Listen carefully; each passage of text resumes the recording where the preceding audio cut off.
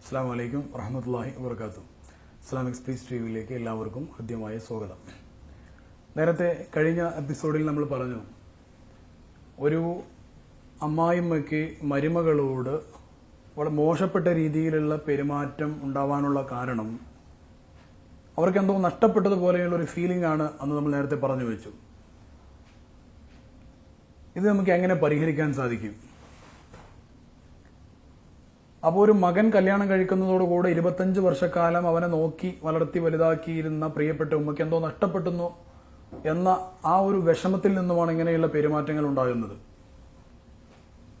ഒരുപക്ഷെ മകനും മകളും തമ്മിലുള്ള വളരെ സന്തോഷത്തോടു കൂടെയുള്ള സ്നേഹബന്ധം, ഈ സ്നേഹബന്ധം ഏതെങ്കിലും ബ്ലാക്ക് മാജിക് കാരണമാണ് എന്ന് പോലും ഒരുപക്ഷെ ഇവർ പറഞ്ഞു വരുത്താൻ സാധ്യതയുണ്ട്.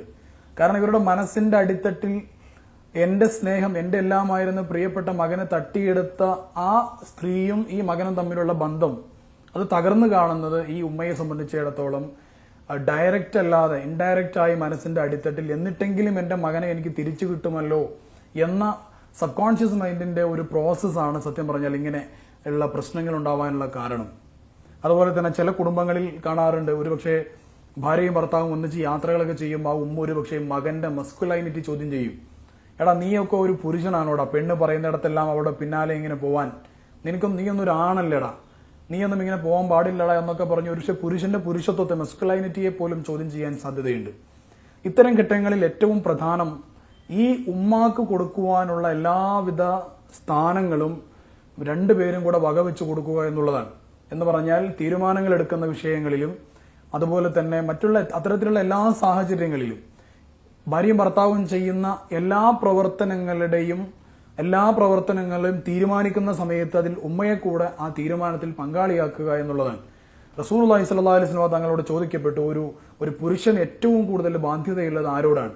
അവിടുന്ന് പറഞ്ഞു, ആളമുന്നാസി ഹഖൻ അല റജുലി ഉമ്മുഹു. ഒരു പുരുഷൻ ഏറ്റവും കൂടുതൽ ബാധ്യതയുള്ളത് സ്വന്തം ഉമ്മാനോട് തന്നെയാണ്.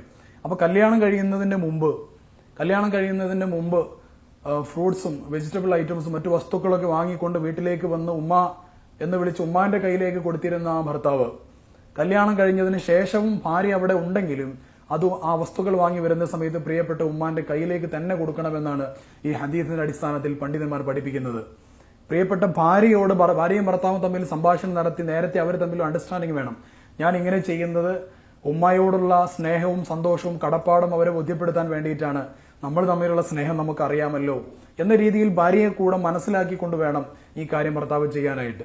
അപ്പോൾ കടയിൽ നിന്ന് സാധനങ്ങൾ വാങ്ങി വരുന്ന സമയത്തും എവിടെയെങ്കിലും യാത്ര പോകുന്ന സമയത്ത് സമ്മതം ചോദിക്കുവാനും എല്ലാം കല്യാണം കഴിഞ്ഞാലും ഭർത്താവിനെ സംബന്ധിച്ചിടത്തോളം തീരുമാനങ്ങൾക്കും മറ്റെല്ലാ വിഷയങ്ങൾക്കും ആശ്രയിക്കുമ്പോൾ തീരുമാനങ്ങൾ എടുക്കുന്ന സമയത്ത് പ്രിയപ്പെട്ട ഉമ്മാനോടുകൂടെ ചോദിച്ച് ആ ഉമ്മാന്റെ കൂടെ സമ്മതത്തോടെ ഈ ഭാര്യയും ഭർത്താവും യാത്ര പോയി കഴിഞ്ഞാൽ ആ വീട്ടിൽ അതിന്റെ പേരിൽ യാതൊരു പ്രശ്നങ്ങളും ഉണ്ടാവുകയില്ല. അതുപോലെ തന്നെയാണ് നേരത്തെ ഞാൻ പറഞ്ഞു, ഒരു വീട്ടിലേക്ക് കല്യാണം കഴിയുന്നതിന് മുമ്പ് വസ്തുക്കൾ വാങ്ങിച്ചു കൊണ്ടുവരുന്ന സമയത്ത് ഭർത്താവ് ഉമ്മാന്റെ കയ്യിലേക്ക് കൊണ്ടുപോയി കൊടുക്കും.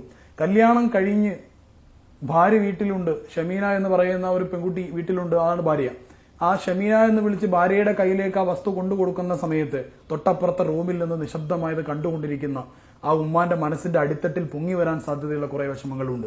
അങ്ങനെയുള്ള ചില വിഷമങ്ങൾ പൊങ്ങി വന്നാൽ തീർച്ചയായിട്ടും ആ ഉമ്മ ഷമീന എന്ന് പറയുന്ന ഈ പെൺകുട്ടിയെ, ഇതുവരെ എന്നോട് കാണിച്ചിരുന്ന സ്നേഹം തട്ടിയെടുത്ത് ഈ പെൺകുട്ടി എങ്ങനെയെങ്കിലും വീട്ടിൽ നിന്ന് പുകച്ച് പുറത്തു ചാടിക്കുവാനുള്ള തന്ത്രങ്ങൾ ആലോചിച്ചുകൊണ്ട് ആ റൂമിൽ സമയം ചെലവഴിക്കുന്നുണ്ടാകും ആ ഉമ്മ.